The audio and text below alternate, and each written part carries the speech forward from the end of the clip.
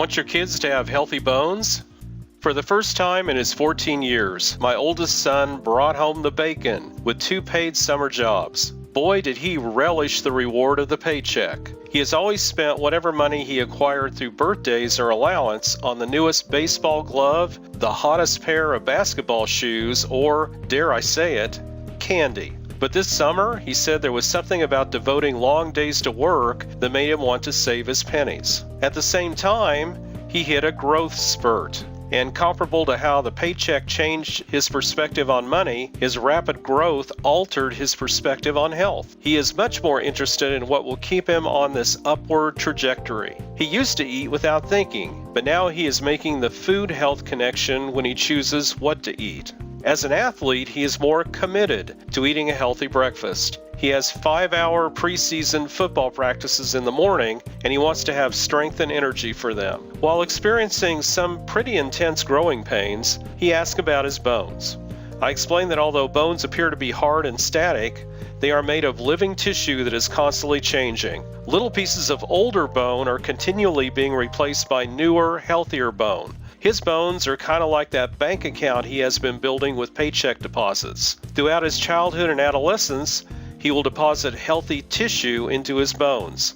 Skeletal development peaks in the 20s, so ideally he should make as many nutritional deposits as he can now to build a strong skeleton for adulthood. In fact, according to the National Institute of Health, osteoporosis has been called a pediatric disease with geriatric consequences because the bone mass attained in childhood and adolescence is an important determinant of lifelong skeletal health. The health habits your kids are forming now can make or literally break their bones as they age. Bones are made of the minerals calcium, magnesium, zinc, copper, manganese, and potassium, as well as vitamins D and K.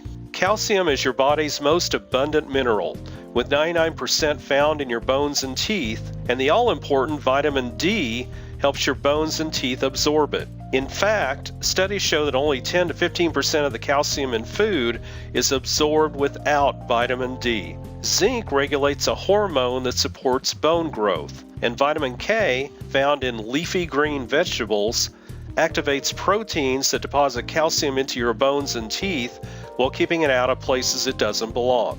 Although the milk mustache has led many of us to believe that milk is the magic bullet of bone health, there are better ways to build bones. Cow's milk is a good source of calcium and is often fortified with vitamin D. Yet milk has downsides for some people. A large portion of the world is lactose intolerant, which can cause digestive distress, and others who consume milk experience consequences such as acne. Instead of dairy, try alternative sources of bone-building nutrients. Leafy greens such as spinach and kale are good options, as well as broccoli, artichokes, and other green vegetables. Nuts and seeds provide calcium and zinc. Homemade bone broth, which my daughter drank from her baby bottle, is a flawless bone-building food. Beans such as chickpeas, navy beans, and edamame are a great source of calcium. Blackstrap molasses, delicious in oatmeal, makes a bone-healthy breakfast. Salmon, sardines, and other oily fish are good foods for bones because they help reduce inflammation while also providing vitamin D and other nutrients. Inflammation can strip minerals such as calcium from the bones, weakening them. Weight-bearing exercise such as running, hiking, and lifting weights support bone growth and strength, so keep those kids on the move. Children shouldn't require a calcium supplement, as bone health is a balance of minerals and vitamins, not just large amounts of calcium. Too much of one nutrient confuses the body, causing it to not use other nutrients beneficially. Most calcium gummies are full of sugar anyway. My son did not break the bank with his earnings, but he did open a fund for the Jeep Wrangler of his dreams. And perhaps now that he is paying more attention to his growth, he will deposit a similar amount of nutrients into his bones. Both seem like pretty good investments.